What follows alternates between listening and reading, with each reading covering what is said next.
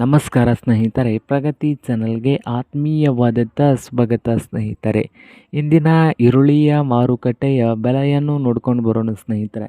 ಹೊಸದಾಗಿ ಯಾರು YouTube channel ನೋಡ್ತಾ ಇದ್ದರೆ ಚಾನಲನ್ನು ತಪ್ಪದೆ ಸಬ್ಸ್ಕ್ರೈಬ್ ಆಗಿ, ನಾವು ಪ್ರತಿದಿನದ ಅಪ್ಡೇಟ್ ನೀಡ್ತಾ ಇರ್ತವೆ.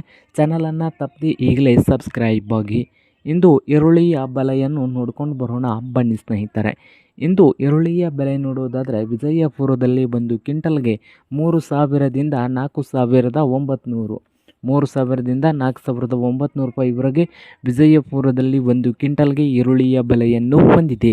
ಹಾಗೆ ಚಿಕ್ಕಬಳ್ಳಾಪುರದಲ್ಲಿ 3,000ದಿಂದ 5,000, 3,000ದಿಂದ 5,000 ರೂಪಾಯಿವರೆಗೆ ಚಿಕ್ಕಬಳ್ಳಾಪುರದಲ್ಲಿ ಒಂದು ಕ್ವಿಂಟಲ್ಗೆ ಈರುಳ್ಳಿಯ ಅಂದಾಜು ಬೆಲೆಯನ್ನು ಹೊಂದಿದೆ. ಹಾಗೆ ಬಾದಾಮಿಯಲ್ಲಿ ನೋಡುವುದಾದರೆ 2,800ದಿಂದ 5,000, 2,800ದಿಂದ 5,000 ರೂಪಾಯಿವರೆಗೆ ಬಾದಾಮಿಯಲ್ಲಿ ಒಂದು ಕ್ವಿಂಟಲ್ಗೆ ಅಂದಾಜು ಬೆಲೆಯನ್ನು ಹೊಂದಿದೆ. ಹಾಗೆ ಇಂದು ಬಾಗಲಕೋಟೆಯಲ್ಲಿ ನೋಡುವುದಾದರೆ 3,500ದಿಂದ 5,000, 3,500ದಿಂದ 5,000 ರೂಪಾಯಿವರೆಗೆ ಒಂದು ಕ್ವಿಂಟಲ್ಗೆ ಈರುಳ್ಳಿಯ ಬೆಲೆ ಬಾಗಲಕೋಟೆಯಲ್ಲಿ ಹೊಂದಿದೆ. ಹಾಗೆ ನೋಡೋದಾದರೆ ಇಂದು ಮೈಸೂರದಲ್ಲಿ ಒಂದು ಕ್ವಿಂಟಲ್ಗೆ 2,800ದಿಂದ 4,900, 2,800ದಿಂದ 4,900 ರೂಪಾಯಿವರೆಗೆ ಮೈಸೂರದಲ್ಲಿ ಒಂದು ಕ್ವಿಂಟಲ್ಗೆ ಈರುಳ್ಳಿಯ ಬೆಲೆಯನ್ನು ಹೊಂದಿದೆ.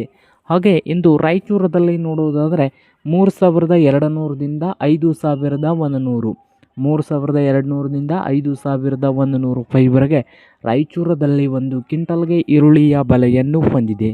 ಹಾಗೆ ನೋಡೋದಾದರೆ ಇಂದು ಮತ್ತೊಂದು ಮಾರುಕಟ್ಟೆ ಆದಂಥ ಬೆಂಗಳೂರಿನ ನೆಲಮಂಗಲದಲ್ಲಿ ನೋಡೋದಾದರೆ 3,500ದಿಂದ 5,200, 3,500ದಿಂದ 5,200 ರೂಪಾಯಿವರೆಗೆ ಬೆಂಗಳೂರಿನ ನೆಲಮಂಗಲದಲ್ಲಿ ಒಂದು ಕ್ವಿಂಟಲ್ಗೆ ಈರುಳ್ಳಿಯ ಬೆಲೆಯನ್ನು ಹೊಂದಿದೆ. ಹಾಗೆ ದಾವಣಗೆರೆಯಲ್ಲಿ ನೋಡುವುದಾದರೆ 2,000ದಿಂದ ಹಿಡಿಕೊಂಡು ದಾವಣಗೆರೆಯಲ್ಲಿ 4,500 ರೂಪಾಯಿ, 4,500 ರೂಪಾಯಿವರೆಗೆ ದಾವಣಗೆರೆಯಲ್ಲಿ ಒಂದು ಕ್ವಿಂಟಲ್ಗೆ ಈರುಳ್ಳಿಯ ಬೆಲೆಯನ್ನು ಹೊಂದಿದೆ.